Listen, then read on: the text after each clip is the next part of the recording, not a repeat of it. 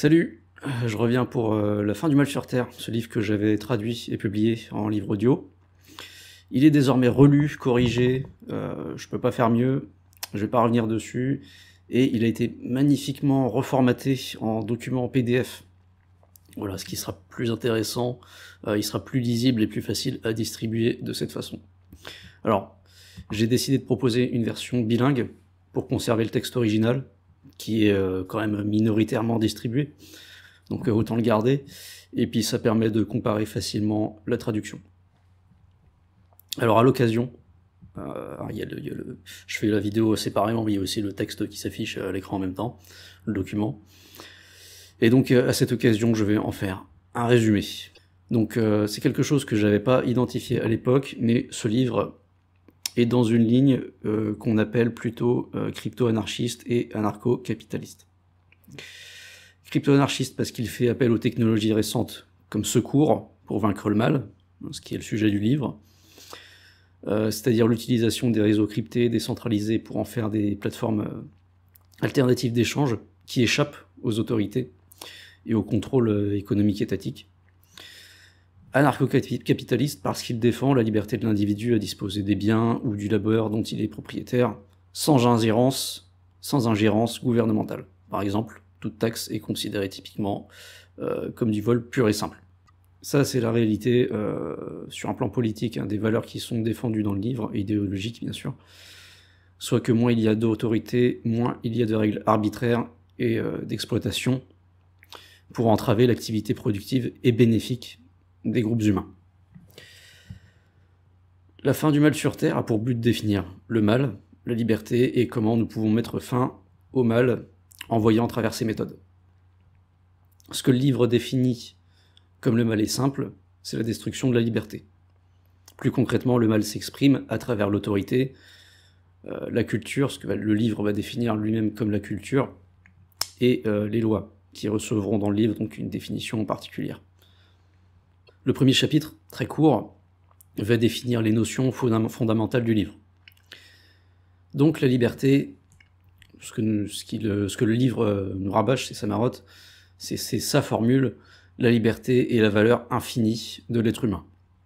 C'est la liberté qui permet tout progrès humain, son bien-être et sa prospérité, de par la liberté d'expérimenter et d'entreprendre, donc d'apprendre.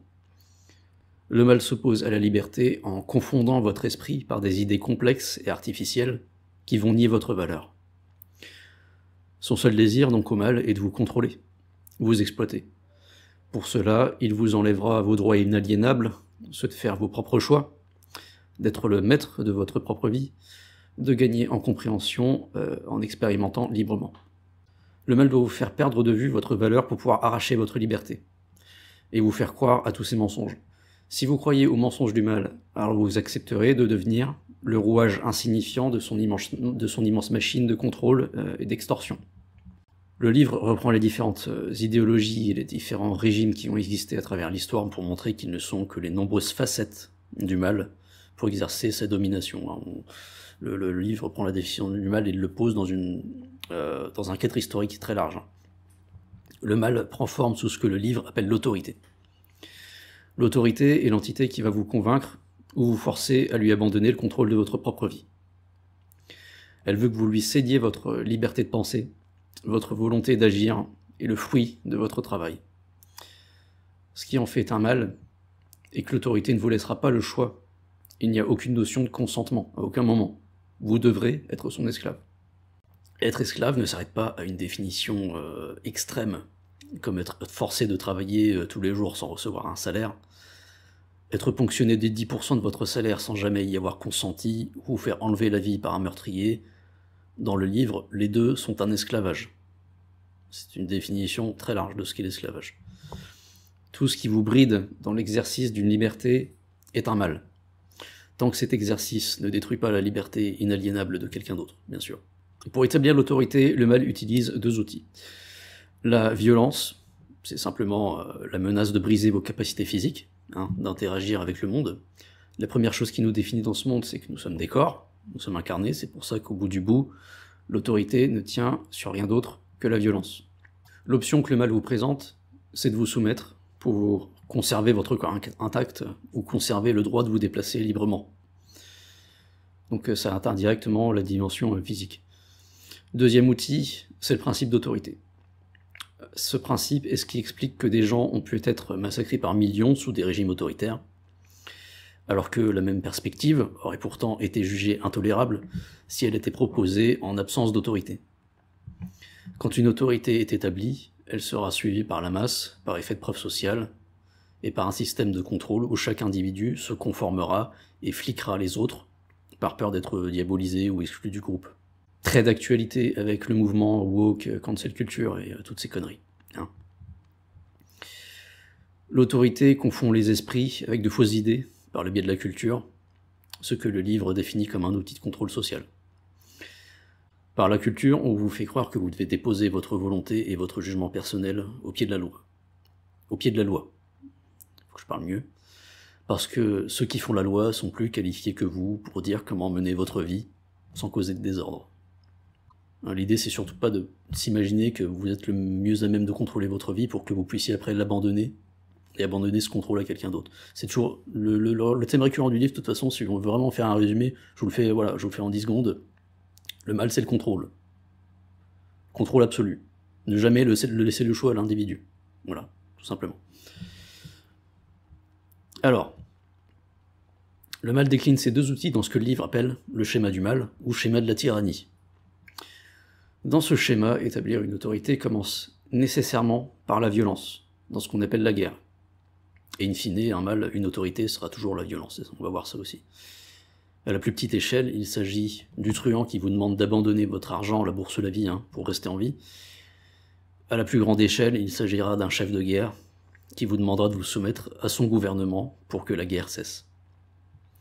Ce qui est intéressant, c'est que pour vous motiver à vous soumettre, l'agresseur va chercher à se transformer en protecteur, en utilisant un nouvel ennemi, qui peut être intérieur ou extérieur.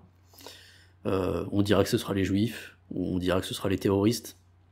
L'idée est que si vous voulez échapper à la violence de cet ennemi, alors que le problème est initial, et celui de l'autorité, vous devrez jurer l'obéissance à l'autorité pour recevoir une protection. Donc il y a un détournement, il y a une diversion de l'autorité pour dire « je ne suis pas l'ennemi, voici l'ennemi, je vais vous en protéger, donc soumettez-vous ». Bon, schéma très simple, assez classique. L'ennemi sert donc d'apaisement et de diversion pour oublier que l'autorité ne vous laisse pas le choix d'obéir, sous peine d'être puni. Le besoin de sécurité est un appât. Le livre nous dit ce ne sont pas les juifs que ciblait Hitler, c'était le peuple allemand.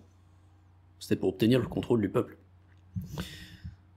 Quand l'illusion de l'ennemi est intégrée, la preuve sociale s'installe et toute personne questionnant l'autorité sera jugée par ses semblables comme un dangereux dissident mettant la communauté en péril. La communauté des esclaves, donc, s'autorégule pour que chacun reste dans le rang. L'autorité, fermement établie, peut acter définitivement son statut en éditant des lois.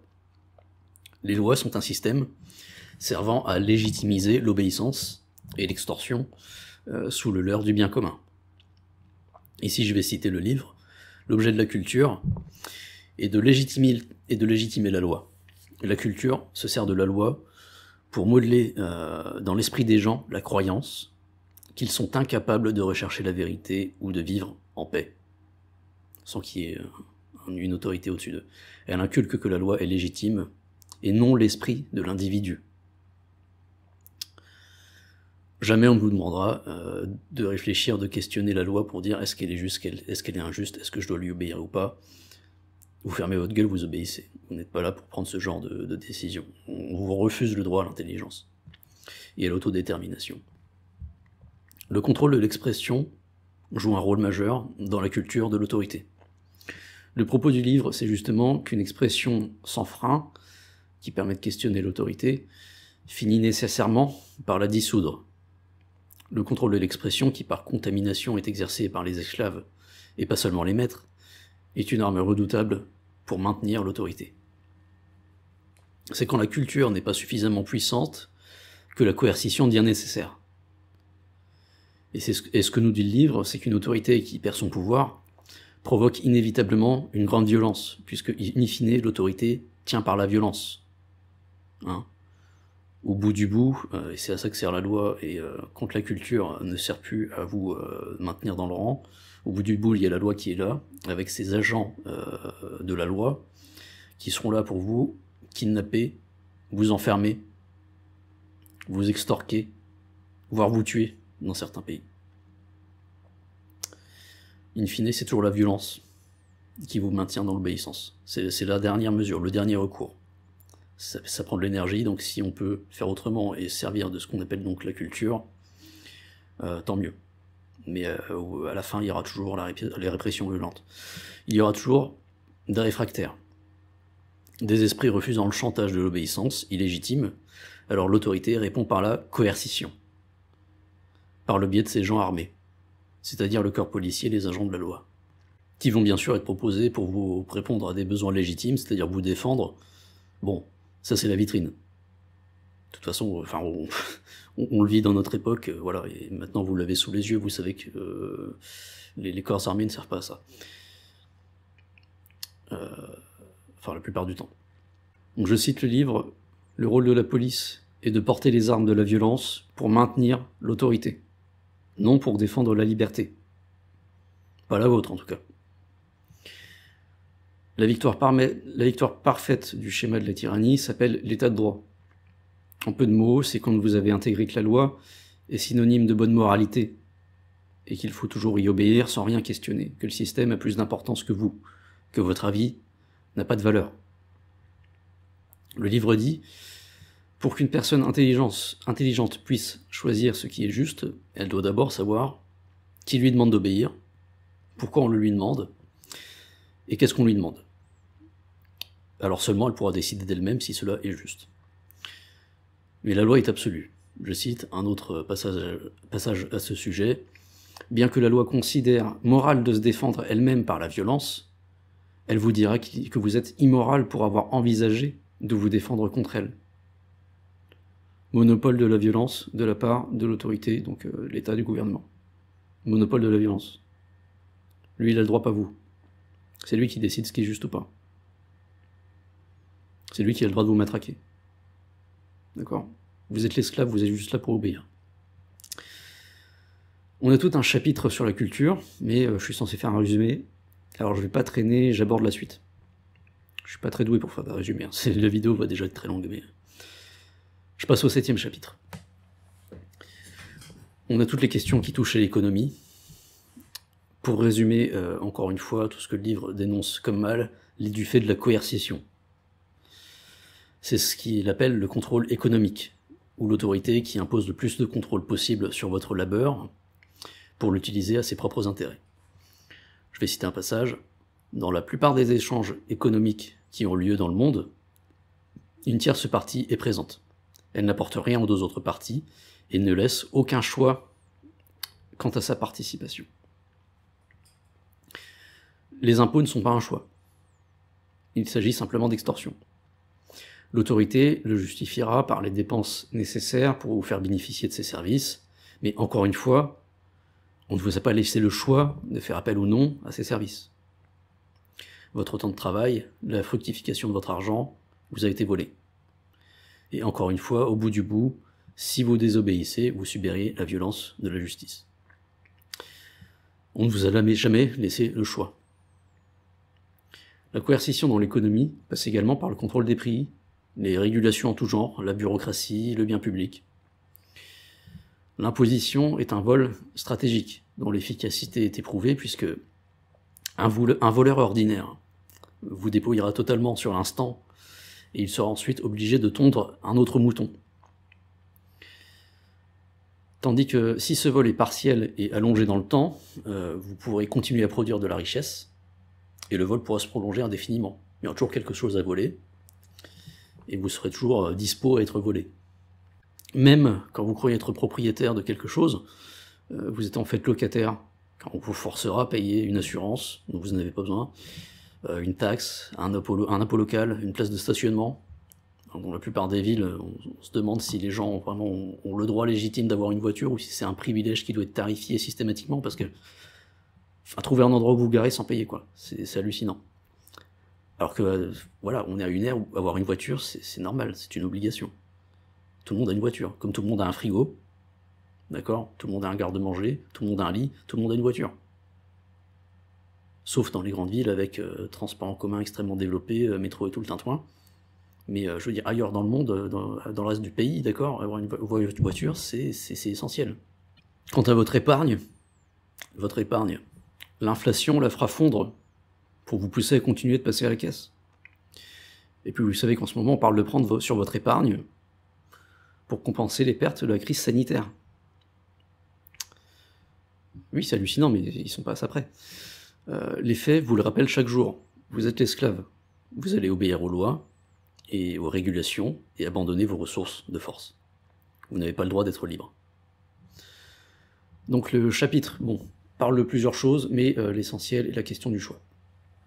Je cite, « L'imposition est défendue par la culture comme le moyen de pourvoir aux besoins sociétaux, mais les besoins sociétaux ne pourront jamais être pourvus par la force. Les aides sociales et le bien public ne peuvent être pourvus par l'extorsion. Seul le propriétaire du labeur peut décider de ce qu'il adviendra de ce labeur. » Pourquoi les aides sociales sont un mal, comme nous le dit le livre? C'est très américain. C'est la coercition qui en fait un mal. La coercition, encore une fois. Il n'y a rien de mal à créer un système solidaire, mais question qu'on ne force pas la main à personne, car autrement cela s'appelle simplement du vol. Le livre nous dit, pour ceux qui veulent nourrir les pauvres de ce monde, il n'existe qu'une solution, mettre fin à l'autorité.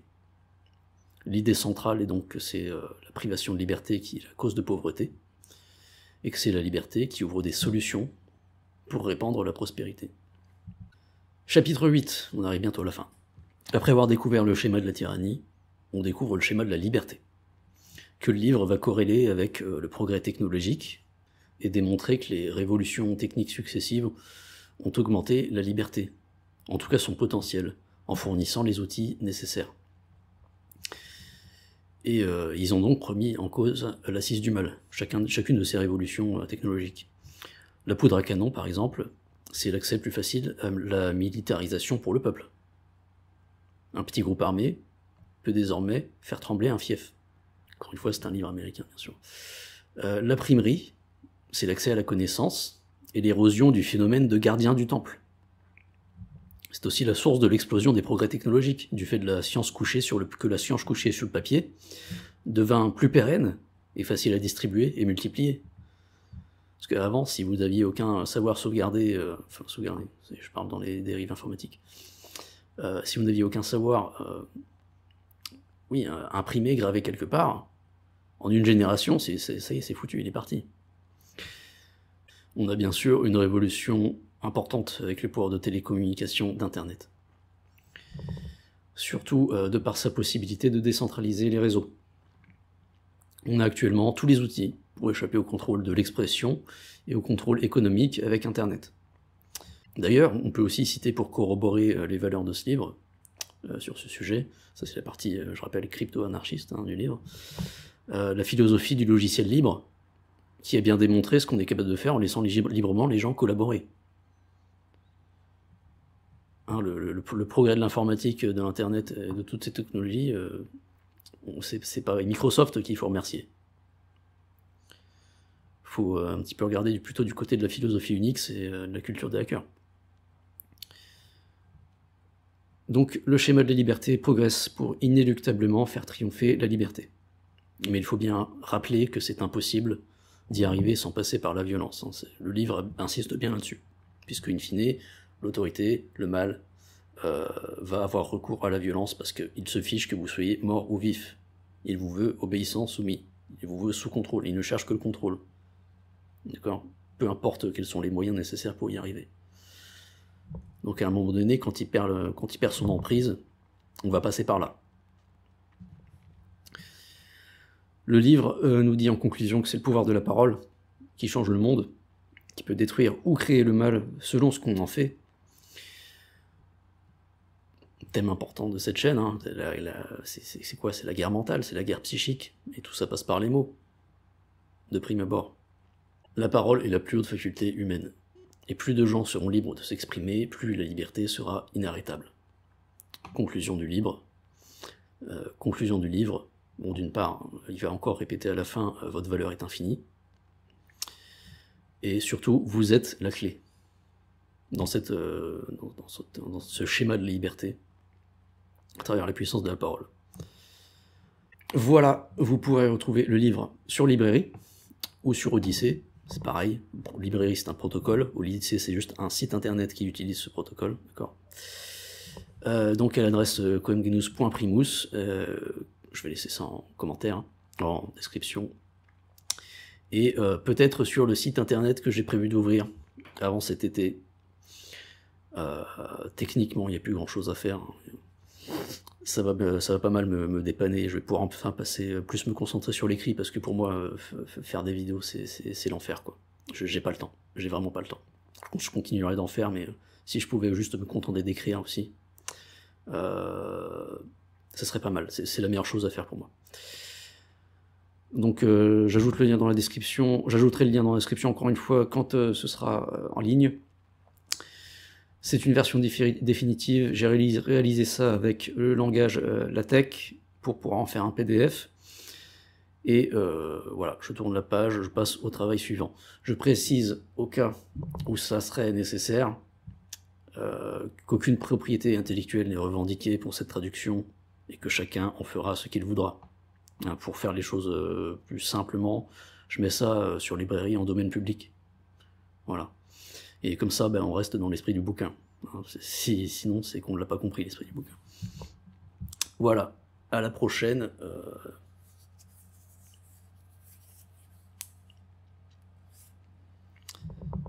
Ouais, l'époque est démoralisante. À chaque fois, j'ai envie de faire une conclusion en disant portez-vous bien, machin. L'époque est démoralisante. Bon. Mais bon, on va faire ce qu'on peut. Allez, portez-vous bien et à la prochaine fois.